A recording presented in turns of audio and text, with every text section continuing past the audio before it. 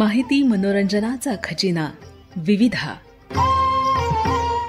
गीत संगीत संवादाचा अनोखा संगम विविधा, तुमच्या सोनेरी क्षणांचा सोबती कार्यक्रम विविधा विविधा विविधा.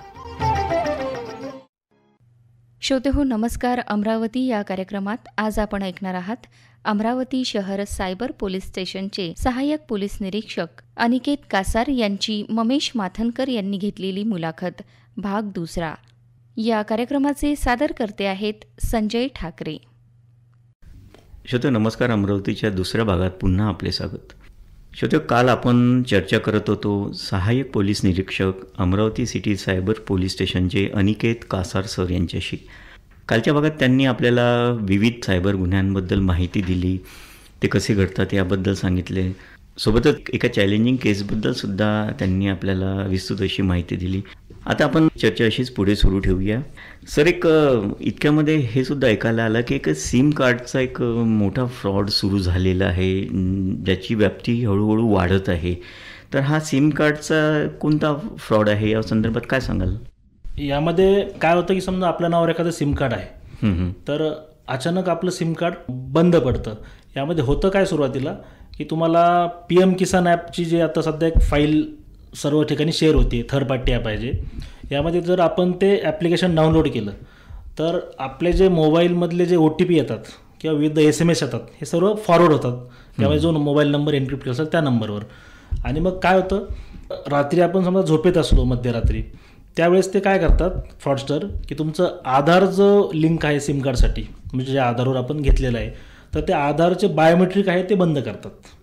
नंतर आपलं आधारचं बायोमेट्रिक बंद झालं की ते त्या पिरियडमध्ये पुन्हा ते ॲक्टिवेट करतात आधार बायोमेट्रिक. म्हणजे आधार बायोमेट्रिक आपलं बंद केल्यानंतर आपलं सिम कार्ड बंद पडतं. बरोबर. त्याच वेळेला ते पुन्हा ॲक्टिवेट करतात आणि आपल्या नावावरच E-SIM इश्यू करतात, ज्यासाठी आपल्या फिजिकल सिमची गरज नाही. नंतर E-SIM घेतल्यानंतर त्यानंतर मग ते तुमचं E-SIM आपण जर फोनपे किंवा जीपेमध्ये आपण तो नंबर टाकला तर तुमचे जेवढे अकाउंट लिंक आहेत ते सर्व त्यामध्ये मिळतात. बरोबर. आणि त्यानंतर मग ते फोनपे किंवा जीपे किंवा इतर जे असतील पेटीएम वगैरे यातून तुमची अमाऊंट ट्रान्सफर करतात. आणि नंतर आपण सकाळी झोपेतून उठल्यानंतर पाहतो की आपल्याला विविध OTP येऊन गेलेले असतात. आणि होतं काय की आपले जे OTP असतात आधार बायोमेट्रिकसाठी किंवा E-SIM कार्ड ॲक्टिवेट करण्यासाठी, हे ते आपल्या PM किसान फाईल जी घेतली त्यामुळे OTP आपल्याला सर्व फॉरवर्ड झालेले आहेत. त्यामुळे आपल्याला असं वाटतं की आपण OTP शेअर केला नाही वगैरे, परंतु ऑटोमॅटिक ते फॉरवर्ड झालेले आहेत. आणि त्यानंतर आपण परत दुसऱ्या दिवशी ते सिम कार्ड कंपनीकडून सिम कार्ड घेतो, ॲक्टिवेट करतो, तोपर्यंत हा सर्व फ्रॉड होऊन गेलेला असतो. त्यासाठी आपण एक काळजी काय घेतली पाहिजे की हे जे थर्ड पार्टी ॲप्लिकेशन आहेत, PM किसान म्हणा किंवा आता लाडकी बहीण योजना आहे, या नावाने जे ॲप्लिकेशन येतील थर्ड पार्टी, कुठल्या पण अनोळखी नंबरवरून जर असे ॲप्लिकेशन आले तर आपण कुठल्याही परिस्थितीत असे डाउनलोड न करणे. आणि जर असे डाउनलोड झालेच तर फोन वगैरे पूर्ण बंद करून एक फॉर्मॅट करणे एक सर्वात चांगला पर्याय आहे. अतिशय महत्त्वाची माहिती सांगितली सर आपण, कारण की आम्ही पण बघितलं आहे की बरेचसे असे मेसेजेस येतात की आपण या शासकीय योजनेबद्दल जर तुम्हाला लाभ मिळतो आहे की नाही मिळत आहे याबद्दल जर तुम्हाला जाणून घ्यायचं असेल तर हे दिलेलं ॲप डाउनलोड करता.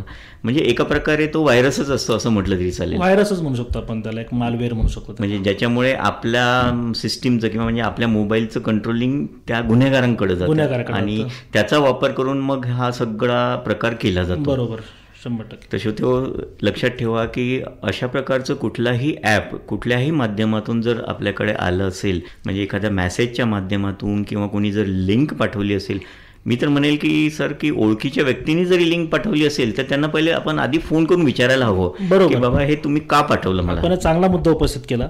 यामध्ये होतं काय की समजा आपण ज्या ठिकाणी काम करतो त्या ठिकाणचा एखाद्या ग्रुपमध्ये आपल्याला लिंक येते. मग आपल्याला वाटतं की आपल्या ओळखीच्या व्यक्तीने केली किंवा आपल्या सिनियर व्यक्तीने केली, म्हणजे काहीतरी कामाची असेल. आणि आपल्याला पण त्यावेळेस माहीत नसतं की त्या व्यक्तीचंच व्हॉट्सअप अकाउंट हॅक झालेलं आहे. अच्छा. म्हणजे त्या व्यक्तीचं व्हॉट्सअप अकाउंट हॅक होतं आणि ती व्यक्ती ज्या ज्या ग्रुपमध्ये ॲड आहे त्या सर्व ग्रुपमध्ये ते लिंक पाठवतात आणि आपण पण ते डाउनलोड करतो. नंतर आपलं पण अकाउंट हॅक होतं. नंतर आपण ज्या ग्रुपमध्ये आहे त्या ग्रुपमध्ये परत ही लिंक सर्क्युलेट केली जाते. असं ते सर्व प्रक्रिया चालूच राहते. त्यामुळे आपण एक खात्री केली पाहिजे किंवा आपण खात्री म्हणण्यापेक्षा कुठल्याही याच्यावर थर्ड पार्टी ॲप्लिकेशन आले ओळखीचे असेल तरी सुद्धा आपण डाउनलोड न करणे.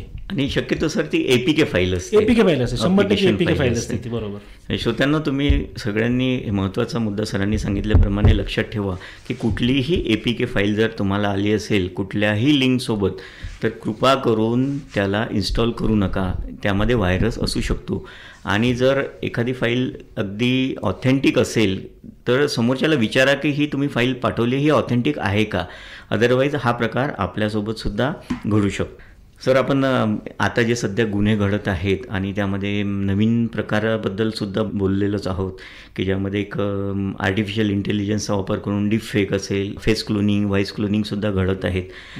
आता हे गुन्हे तर भविष्यात घडणारच आहेत आणि नवीन नवीन तंत्रज्ञानाचा सुद्धा वापर वाढतच जाणार आहे.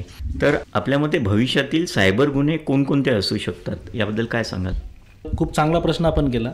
यामध्ये आपण हे जे म्हणतो IoT म्हणतो, म्हणजे इंटरनेट ऑफ थिंग्स, हा एक प्रकार आहे. याच्यामध्ये आपल्याकडे जे इन्स्ट्रुमेंट्स आहेत किंवा गॅजेट्स आहेत, समजा आपल्या हातातलं जे रिस्ट वॉच आहे हे आपल्या फोनला कनेक्ट आहे, किंवा आपल्या घरचे जे CCTV कॅमेरे आहेत ते IP ॲड्रेसद्वारे आपण कनेक्ट केलेले आहेत, किंवा आपल्या घरचं जे गिझर आहे ते आपण IPद्वारे कनेक्ट केलेलं आहे, किंवा आपला जो घराचं लॉक आहे हे पण आपण IPद्वारे कनेक्ट केलेलं आहे. बरोबर. म्हणजे आपण ऑफिसमध्ये असताना देखील आपलं घराचं लॉक आपण ओपन करू शकतो किंवा बंद करू शकतो. यामध्ये होतं काय की पाठीमागे एक प्रकार झाला होता असा.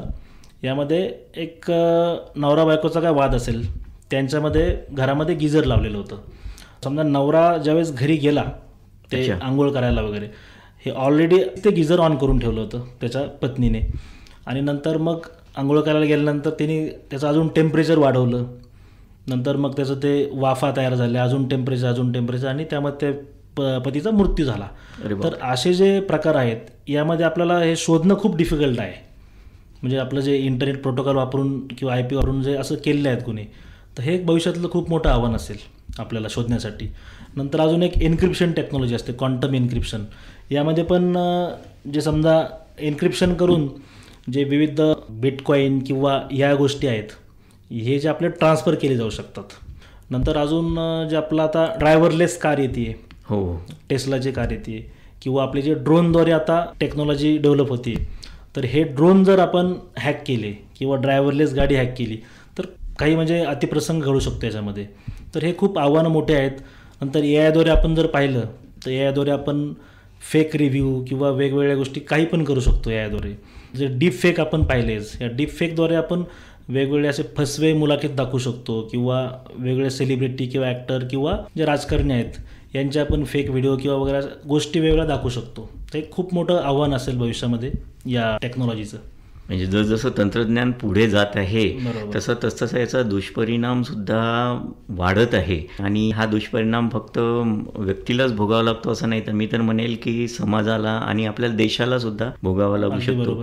मी वाचलं होतं कुठेतरी की आजकाल AIचा वापर करून अगदी 12 मिनिटात एखाद्याचा फेस क्लोन तयार सुद्धा होऊ शकतो. म्हणजे अगदी जसच्या जसा हुबेहूब दिसणारा फेस सुद्धा तयार होऊ शकतो. त्यासाठी काय आपल्याला फक्त 4-5 अँगलचे 4-5 फोटो पाहिजे असतात. त्याच्यामध्ये 4-5 फोटो असतील तर आपण एक 10 मिनिटामध्ये तो डिफेक्ट बनवू शकतो.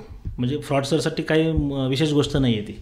आपणच सर्व इंटरनेटवर किंवा सोशल मीडियावर आपण आपले फोटोज दिलेले आहेत, आपले व्हिडिओज दिलेले आहेत, याचाच माध्यमातून ते सर्व वापर करून ते डिफेक्ट्स बनवत असतात. सर, आपण या विषयाबद्दल अजून बोलूया.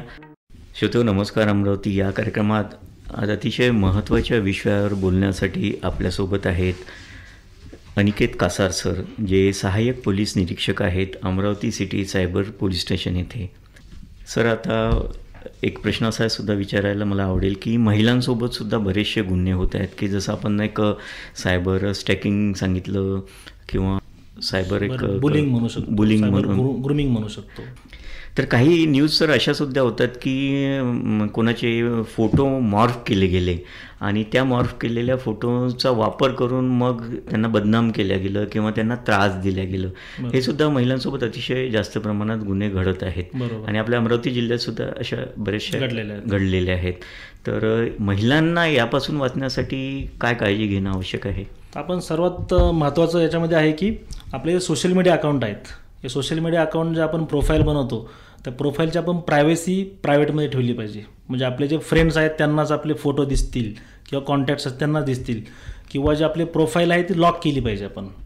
आणि त्या प्रोफाईलवर आपण जास्त अपडेट्स जे म्हणतो आपण, ज्या स्टोरीज वगैरे, ज्यामध्ये आपण या ठिकाणी चाललो आहे, या ठिकाणी फिरायला चाललो आहे वगैरे, अशी माहिती त्यामध्ये नाही दिली पाहिजे, की त्यावरून काय होतं की जे फ्रॉडस्टर आहेत ते आपला पाठलाग करून त्यामधून आपल्याला त्रास देऊ शकतात. तसंच आपण जे विविध आपले माध्यम आहेत यावर आपण एक पासवर्ड आपण स्ट्रॉंग ठेवले पाहिजे, की अल्फा न्यूमेरिक कॅरेक्टर म्हणू शकतो, त्यामध्ये काही स्पेशल कॅरेक्टर म्हणू शकतो, अप्पर केस लोअर केस असं. आणि आपण वेगवेगळे जे सोशल माध्यम आहेत, समाज माध्यम आपले, हे प्रत्येक ठिकाणी आपण पासवर्ड वेगळा ठेवला पाहिजे. आपण काय करतो की सर्व ठिकाणी एकच पासवर्ड ठेवतो किंवा अतिशय सोपा पासवर्ड ठेवतो. उदाहरणार्थ आपली डेट ऑफ बर्थ असेल किंवा मुलाचं नाव असेल, असे सोपे पासवर्ड ठेवतो. त्यानंतर आपण काय करतो की रेल्वे स्टेशन किंवा बस स्टँड या ठिकाणचा आपण वायफाय वापरतो. तर हे जे ओपन वायफाय असतात, हे ओपन वायफाय आपण शक्यतो वापरलं नाही पाहिजे. यामधून आपला डेटा जाण्याचे चान्सेस असतात.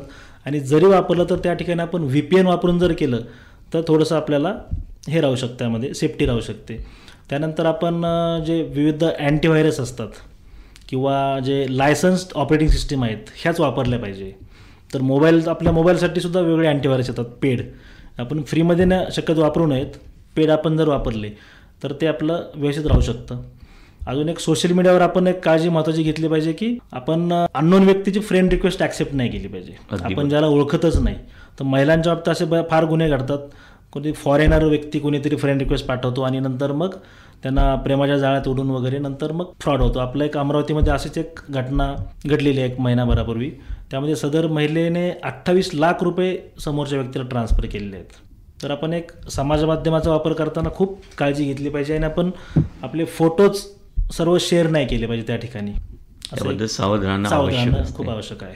म्हणजे महिलांसाठी सुद्धा सरांनी अतिशय एक महत्त्वाचा मेसेज दिलेला आहे की आपण आपले जे फोटो टाकतो तर ते सुद्धा समाज माध्यमांवर किती टाकावे, काय टाकावे याचा सुद्धा विचार करणं कुठेतरी आवश्यक आहे. कारण की तुम्हाला पण माहिती आहे की इंटरनेटवर एखादी गोष्ट गेली तर ती कधीच डिलीट होऊ शकत नाही. म्हणजे ती फॉर एव्हर राहील, नेहमीसाठी राहील. त्या गोष्टीचा एक डिजिटल फुटप्रिंट तयार होत असतो. बिलकुल. म्हणजे आपण तिथून डिलीट करा, काही करा, ती कधीच जात नसते त्यामध्ये. आणि आपण म्हणू शकतो अजून एक सोशल मीडियावर आपण एक 2 फॅक्टर ऑथेंटिफिकेशन एक प्रकार आहे. म्हणजे फेसबुक किंवा इंस्टाग्राम यामध्ये सेटिंगमध्ये जाऊन आपण जर 2 फॅक्टर ऑथेंटिफिकेशन ऑन केलं तर आपण त्यामध्ये जो मोबाईल नंबर किंवा ईमेल ID दिलेला आहे यावर एक OTP येईल आणि तो OTP मिळाल्याशिवाय आपण ते अकाउंट कुठे लॉग इन करू शकत नाही. म्हणजे आपल्या अकाउंटसून दुसरीकडे जर लॉग इन होत असेल तर आपल्याला OTP येईल. तसं व्हॉट्सअपला सुद्धा आहे. व्हॉट्सअपला आपण 2 स्टेप व्हेरिफिकेशन म्हणू शकतो. ह्या सर्व जर गोष्टीची आपण काळजी घेतली तर 100% आपलं अकाउंट सेफ राहू शकतं. आणि याच्या अननोन लिंक्स येतात, म्हणजे अननोन नंबरवरून PM किसान किंवा आणखी कुठला थर्ड पार्टी ॲप, तर आपण थर्ड पार्टी ॲप कधी डाउनलोड करू नयेत. हे एक आपण काळजी घेतली पाहिजे. सर, आजकाल मुलांमध्ये गेमिंगचं खूप जास्त वेड आहे. म्हणजे असं म्हटलं तरी चालेल की ते एका प्रकारे ॲडिक्शन होत आहे मुलांना. म्हणजे ज्या लहान लहान मुलं जी असतात तर ती वेडी झालेली असतात गेम्स खेळण्यामागे. म्हणजे कित्येकदा तर असा अनुभव येतो की हे मुलं जर गेम खेळत असतील आणि आईवडिलांनी त्यांच्या हातातून मोबाईल हिसकावून घेतला तर ते ॲग्रेसिव्ह सुद्धा होतात. एक आक्रमकपणा येतो आणि एन्झायटीसुद्धा डेव्हलप होतं. मला माहिती मिळाली होती की हे जे ऑनलाईन गेम खेळणारे लोक असतात हे सगळे व्हर्च्युअल लोक असतात आणि त्यामध्ये 30 ते 40% क्रिमिनलसुद्धा असतात, जे मुलांच्या माध्यमातून पालकांपर्यंत पोहोचण्याचा प्रयत्न करतात. कारण की पालक जर सुजाण असतील, सज्ञान असतील तर त्यांना डायरेक्टली त्यांच्यापर्यंत पोहोचून त्यांच्यासोबत गुन्हा करणं अवघड असतं. तशा वेळेस ते मुलांचा वापर करतात. तर हे ऑनलाईन गेमिंगच्या माध्यमातून जे गुन्हे घडत आहेत तर यापासून आपण कसं वाचू शकतो? यामध्ये काय होतं, एक ऑनलाईन गेमिंगमध्ये जे फ्री फायर किंवा ब्ल्यू व्हेल वगैरे असे गेम आहेत त्यामध्ये काय होतं की हे जे गेमिंग प्लॅटफॉर्म आहेत यामध्ये फक्त गेमिंग नसतं, यामध्ये बॅकग्राऊंडला एक चॅटिंग सुरू असतं, म्हणजे चॅटरूम असतो. अच्छा. यामध्ये काय होतं की जे अल्पवयीन मुले आहेत, बऱ्यापैकी जास्त हे अल्पवयीन मुले वगैरे खेळतात. यामध्ये मग समोरून एखादा मुलगा त्या मुलीला रिक्वेस्ट पाठवतो, नंतर त्या चॅटरूममध्ये त्यांची ओळख होते आणि त्या ओळखीच्या माध्यमातून नंतर त्यांचा संपर्क वाढतो. एक अमरावतीची एक घटना तुम्हाला सांगू शकतो मी आता. याच्यामध्ये एक 3-4 महिन्यापूर्वीची घटना आहे. त्यामध्ये एक 12-13 वर्षाची मुलगी आहे, तर ती फ्री फायर असा गेम खेळत होती. त्यामध्ये समोरील जो व्यक्ती आहे त्याने मग त्या मुलीशी जवळीक साधून वगैरे तिच्याशी हे करून नंतर मग व्हिडिओ कॉलवर बोलणे, नंतर मग न्यूड होण्यासाठी सांगणे वगैरे असे एक प्रकार घडले. आणि नंतर ती जी मुलगी आहे त्या मुलीला एवढं त्यांनी स्वतःच्या याच्यामध्ये घेतलं की तिच्याकडून एक सुसाईड नोट लिहून घेतली की मला माझ्या घरच्यांमुळे त्रास होतोय, आणि तिला घरच्यांविरुद्ध एवढं भडकवलं की ती घरच्यांना असं दुश्मन मानत होती. म्हणजे तिच्या मानावर एकदम मानसिक आघात झाला होता. नंतर मग त्यानंतर सुसाईड नोट लिहून घेतली वगैरे, आणि ती मुलगी तिच्या घरच्याचं सोडून तो जो समोरील आहे व्हर्च्युअल समजा त्याचं सर्व ऐकत होती. नंतर आपल्याकडे ती कंप्लेंट रजिस्टर झाली. आपण तो आरोपी पण अरेस्ट केला. दिल्ली साईडवरून आपण आरोपी अरेस्ट केला आणि सध्या आता ते व्यवस्थित झालेलं आहे. तर आपण एक पालकांनी यामध्ये काळजी घेतली पाहिजे की आपली मुलं मोबाईलवर किती वेळ देत आहेत. नंतर त्यांचं जे ब्राउझिंग हिस्ट्री आहे ती ब्राउझिंग हिस्ट्री आपण चेक केली पाहिजे. इंटरनेट ॲक्टिव्हिटी यामध्ये ते कुठल्या वेबसाईटला भेट देत आहेत, किती वेळ भेट देत आहेत हे आपण पाहिलं पाहिजे. आणि एक गेमिंगमध्ये अजून काय होतं की आपल्या पालकांना माहीत नसतं की आपलं अकाउंट वगैरे त्या गेमिंगमध्ये ॲड केलेलं आहे, म्हणजे त्या पेमेंटसाठी. आणि एकदा आपण जर अकाउंट ॲड केलं पेमेंटसाठी तर प्रत्येक वेळेस ते परमिशन घेत नाही, म्हणजे ते ऑटो डिडक्ट होते अमाऊंट. आणि आपण पण स्टेटमेंट वगैरे पाहत नाही रेग्युलर टाईम टू टाईम. त्यामुळे काय होतं, सुरुवातीला काही 5,000 रुपये वगैरे त्या गेमिंगसाठी आपण भरले, त्यानंतर ते जर हरत चाललं वगैरे तर ते ऑटोमॅटिक आपली अमाऊंट डिडक्ट होत राहते. आणि त्या पालकांना माहीत पण होत नाही की आपलं अकाउंट तिथं ॲड आहे आणि आपले पैसे, कारण आपण रेग्युलर असं कोणी हे पाहत नाही, OTP येत नाही किंवा अमाऊंट कमी झाल्याचा मेसेज पण येत नाही. असे एक आपला अमरावती प्रकार झाला. त्यामुळे 10-12 लाख रुपये त्या पालकांचे गेले होते फक्त गेमिंगच्या माध्यमातून. तर आपण एक ह्या गेमिंग वगैरे ज्या आहेत त्या टाळल्या पाहिजे. आणि आता एक महिन्याभरपूरची घटना आहे. यामध्ये एक प्रोफेसर आहेत खाजगी क्लासेस घेणारे, तर त्यांनी एक गेमिंगमध्ये सुरू केलं खेळायला वगैरे. नंतर समोरच्या व्यक्तीने त्यांना एक गेमिंगमधून इन्व्हेस्टमेंट म्हणून एक ऑप्शन दिला की तुम्ही एवढे पैसे भरा या गेममध्ये, तुम्हाला एवढे पैसे भेटतील वगैरे. तर असे थोडे थोडे करून त्या व्यक्तीने जवळजवळ 77 लाख रुपये भरले. बापरे. आपण त्याचा तपास आता करत आहोत. त्यामध्ये काही अमाऊंट फ्रीज झालेली आहे आणि आरोपीचा शोध घेत आहोत. म्हणजे हे फक्त गेमिंग आपल्याला साधं दिसतं, परंतु यामध्ये खूप मोठं एक हे झालेलं आहे. ऑनलाईन गेमिंगच्या माध्यमातून इतके धक्कादायक प्रकार घडू शकतात हे पण आम्हाला पहिल्यांदाच समजलं. सर, आपण सर्व गुन्ह्यांबद्दल माहिती सांगितली आम्हाला, सामान्य माणसासोबत होणारे गुन्हे, महिलांसोबत, ऑनलाईन गेमिंग. पण आता या गुन्ह्यांपासून जर आपल्याला वाचायचं असेल, म्हणजे गुन्ह्यांपासून संरक्षण करण्यासाठी सामान्य माणसांनी कोणती काळजी घेणे आवश्यक आहे? यामध्ये आपल्याला मी सांगितलं होतं की जे पासवर्ड वगैरे आहेत ते स्ट्रॉंग पासवर्ड ठेवणे. नंतर सोशल मीडिया असेल तर त्या ठिकाणी आपण 2 फॅक्टर ऑथेंटिफिकेशन वगैरे ऑन करणे. नंतर अँटीव्हायरस वापरणे. नंतर लायसन्स ज्या ऑपरेटिंग सिस्टीम असतात त्या वापरणे. जे आपण सॉफ्टवेअर असतात हे सॉफ्टवेअर आपण रेग्युलर अपडेट ठेवले पाहिजेत.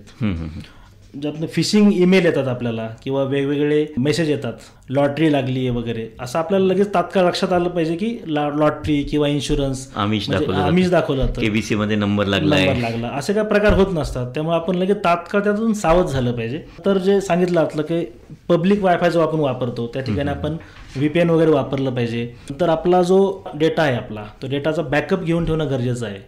नंतर आपण जे क्लाउडला वगैरे शेअर करतो डेटा आपला, तर ते क्लाउडचे वगैरे पासवर्ड व्यवस्थित ठेवणे हे एक गरजेचं आहे. नंतर जे आपण थर्ड पार्टी ॲप्लिकेशन आहेत अशा थर्ड पार्टी ॲप्लिकेशन न घेणं. आपण जे वेगवेगळे ॲप्लिकेशन घेतो आपण त्या ॲप्लिकेशनला कुठल्या कुठल्या परमिशन दिल्यात हे आपण चेक करणं गरजेचं आहे. SMS परमिशन दिली आहे का, कॅमेरा परमिशन दिली आहे का, कॉन्टॅक्ट ॲक्सेस दिला आहे का, गॅलरी ॲक्सेस दिला आहे का, हे आपण त्या गुगल सेटिंगमध्ये जाऊन प्रायव्हसीमध्ये चेक केलं पाहिजे. नंतर आपल्या या अकाउंट आपलं कुठं कुठं लॉग इन झाल्यावर दिसतं आपल्याला दुसरीकडे, तर आपण दुसरीकडे लॉग इन असेल तर ते लॉग आउट करून टाकलं पाहिजे. आपण कुठे पण समजा सायबर कॅफेमध्ये वगैरे गेलो त्या ठिकाणी आपण आपलं इंटरनेट बँकिंग वगैरे किंवा असेल किंवा सोशल मीडिया असेल ते जर लॉग इन केलं तर आपण न विसरता ते लॉग आउट करायला लक्षात ठेवलं पाहिजे ते. त्यानंतर आपण वेगवेगळे आपले सायबरचे अवेअरनेसचे प्रोग्राम घेत असतो आपण किंवा वेगळ्या संस्था घेत असतात किंवा आपण इंटरनेटवर जर शोधलं तरी पण आपल्याला बऱ्याच गोष्टी कळू शकतात. तर आपण या माध्यमातून असं अपडेट राहणं गरजेचं आहे आणि सतर्क राहणं गरजेचं आहे. जसं तुम्ही सांगितलं की सतर्क राहा, तर सतर्क जर राहिलो तर आपण सुरक्षित तर राहू, पण त्याच्यासोबत अपडेटेड राहणं सुद्धा तेवढंच महत्त्वाचं आहे. कारण की नवीन नवीन जे प्रकार घडत आहेत तर जोपर्यंत आपल्याला त्याबद्दल माहिती होणार नाही तोपर्यंत यापासून वाचण्याची शक्यता फार कमी आहे असं म्हटलं तरी चालेल. तर सर, आता एखाद्यासोबत जर गुन्हा झालाच असेल तर त्यांनी तक्रार कुठे आणि कशी करावी? समजा आपल्यासोबत एखादा गुन्हा घडलाच तर आपण आपल्या घरी बसून सुद्धा एक तक्रार करू शकतो ऑनलाईन माध्यमाद्वारे. यामध्ये एक www.cybercrime.gov.in अशी एक नॅशनल लेवलला एक वेबसाईट आहे. यामध्ये आपण एक सिटीजन पोर्टलमध्ये लॉग इन करून त्यामध्ये आपल्याकडे जे ट्रान्झॅक्शन झालेले आहेत, समजा फ्रॉड ट्रान्झॅक्शन, सर्वात महत्त्वाचं काय आहे की आपण आपलं अकाउंट नंबरची माहिती पूर्ण ठेवली पाहिजे त्याच्यामध्ये. नंतर जे आता ते अपडेट झालेलं आहे ते पोर्टल, त्यामध्ये आपल्याला ट्रान्झॅक्शनची अचूक वेळ गरजेची आहे, डेट आणि वेळ आणि ट्रान्झॅक्शन आय डी. ह्या जर 2-3 गोष्टी नसतील तर आपल्याला तक्रार नोंदवता येत नाही. आणि आपलं आधार कार्डची कॉपी सोबत ठेवणे, ह्या सर्व गोष्टी आपण डायरेक्ट वेबसाईटवर आपण करू शकतो. हा एक झाला प्रकार. ज्याला समजा हे वापरता येत नसेल इंटरनेट वगैरे किंवा काही इश्यू असेल इंटरनेटचा, ते आपण एक टोल फ्री नंबर आहे 1930, यावर तुम्ही कॉल करू शकता. यावर कॉल करून तुम्ही तुमचं ट्रान्झॅक्शन आय डी किंवा जे काय प्रकार असतील हे तुम्ही माहिती देऊ शकता. नंतर अजून एक वेबसाईट आहे reportphishing.com. समजा तुम्हाला असे काही फिशिंग कॉल आले किंवा SMS आले तर तुम्ही reportphishing.comवर तुम्ही हे सर्व जे आहेत नंबर्स वगैरे तुम्ही रिपोर्ट करू शकता. त्यानंतर समजा एखाद्या महिलेचे फोटोग्राफ्स वगैरे काय मॉर्फ झाले असतील किंवा डीप फेक किंवा अशा गोष्टींनी हे केले असतील तर आपण त्या फोटोची लिंक एक वेबसाईट आहे stopncii.org, एक नॅशनल लेवलला एक वेबसाईट आहे. या वेबसाईटवर आपण जर फोटोची किंवा व्हिडिओची लिंक दिली तर आपले जे फोटो मॉर्फ केलेले फोटो ज्या ज्या सोशल मीडिया किंवा इतर माध्यमावर ट्रान्सफर झालेले असतील ते सर्व डिलीट केले जातात याच्यामध्ये. अच्छा. तर ही एक महत्त्वाची वेबसाईट आहे महिलांसाठी, आपले फोटोज वगैरे झाले असतील. आणि समजा 1930 आहे वेबसाईट आहे, हे तर तुम्हाला जमलं नाही तर आपलं जवळचं कुठल्याही पोलीस स्टेशनला जा किंवा जे सायबर पोलीस स्टेशन असेल, आता अमरावतीसाठी अमरावती शहर सायबर पोलीस स्टेशन आहे, तसंच एक अमरावती ग्रामीणचं एक सायबर पोलीस स्टेशन आहे. यावर तुम्ही तक्रार करू शकता किंवा कंट्रोल रूमला पण तुम्ही 112ला कॉल करून तुम्ही माहिती घेऊन तुम्ही तक्रार देऊ शकता. सर, आता आपण आपल्या मुलाखतीच्या शेवटाकडे वळतो आहे, तर जाता जाता आमच्या श्रोत्यांना आपण काय आवाहन कराल? आपण काय काळजी घ्यायची वगैरे आपण सर्व पाहिलेलं आहे. सध्या आता विधानसभा निवडणूक येत आहे, 20 नोव्हेंबर रोजी मतदान होत आहे. तर या अनुषंगाने आदर्श आचारसंहिता आपल्या महाराष्ट्रामध्ये लागू आहे. तर आपण एक समाज माध्यमांवर व्यक्त होताना वगैरे ते कुठल्या गोष्टीला लाईक करायचं किंवा कुठल्या गोष्टी पोस्ट करायचे हे सर्व आपण काळजीवन केलं पाहिजे. किंवा आपण वेगवेगळे फेसबुकवर वगैरे पेज ॲक्टिव्ह असतात, तर ते फेसबुकचे जे ॲडमिन असतात पेजचे, त्यांनी आपल्या ग्रुपमध्ये कोणाला ॲड केलेलं आहे सर्व खात्री करूनच ॲड करणं. आणि आपल्या ग्रुपमधील जे मेंबर आहेत ते कुठल्या पोस्ट करतायत, त्यामधून काय धार्मिकतेत निर्माण होतो आहे का, तर अशा प्रकारे आपण काळजी घेतली पाहिजे. नंतर आपण व्हॉट्सॲप किंवा जे इतर ग्रुप्स आहेत या ठिकाणी ते या जो पिरियड आहे आदर्श आचारसंहिताचा, यामध्ये आपण ते only group admin can send messages अशी एक सेटिंग करून ठेवली पाहिजे, जेणेकरून ते ग्रुपच्या ॲडमिनवर जबाबदारी येणार नाही आणि एक वातावरण आपलं व्यवस्थित राहील. आणि आपलं एक अमरावती सिटी सायबर पोलीस स्टेशनचा एक social media monitoring cell 24/7 active आहे. अशा ज्या काही पोस्ट असतील या आपण व्यक्तींवर प्रतिबंधक कारवाई करत आहे आणि कारवाई आपण या प्रकारे एक सुरू ठेवत आहोत. तर सर्वांनी याबद्दल एक थोडीशी काळजी घेतली तर बरं राहील. बरेचदा असं असतं की अननोईंगली काही ग्रुपमधून असे मेसेजेस जातात किंवा फॉरवर्ड केले जातात की जे ते वाचतही नाही बरेचदा लोक, पण काही आक्षेपार्ह मेसेजेस असतात की ज्याच्यामुळे मग कुठेतरी काही प्रॉब्लेम निर्माण होऊ शकतो. तर यापासून सुद्धा जे ॲडमिन आहेत, ग्रुपचे ॲडमिन, त्यांनी सावध राहणं अतिशय आवश्यक आहे. आणि आपण ज्या न्यूज वगैरे येतात आपल्याकडे किंवा फोटो असतात, आपण पाहिलं की डीप फेक किंवा या टेक्नॉलॉजीने बनवलेले असतात. त्यामुळे आपण हे व्हिडिओ किंवा पोस्ट किंवा काय असेल याची खात्री करूनच ते आपण पुढे शेअर करणं योग्य राहील. पूर्णपणे शहानिशा करूनच ते कुठली बातमी किंवा कुठली पोस्ट असेल किंवा कुठला एखादा फोटो असेल, व्हिडिओ असेल तर फॉरवर्ड करू नये, ही काळजी घेणं पण आवश्यक आहे. सर, आज आपण इथे आलात आणि अतिशय महत्त्वाच्या विषयावर आमच्याशी सविस्तर अशी चर्चा केली. वेगवेगळे गुन्हे कोणते आहेत, कशा प्रकारे घडत आहेत आणि त्यापासून आपल्याला संरक्षित करण्यासाठी आपण काय काय पावलं उचलायला पाहिजे यावर खूप छान असं मार्गदर्शन केलं. आकाशवाणी अमरावतीतर्फे आणि सर्व श्रोत्यांतर्फे आपले खूप खूप आभार. धन्यवाद सर.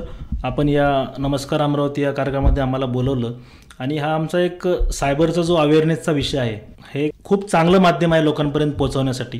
त्यामुळे एक खूप चांगला उपक्रम आपण म्हणू शकतो. त्यामुळे आपण परत देखील आम्हाला या ठिकाणी बोलवायला अशी अपेक्षा आहे. नक्कीच. धन्यवाद सर. नमस्कार. नमस्कार.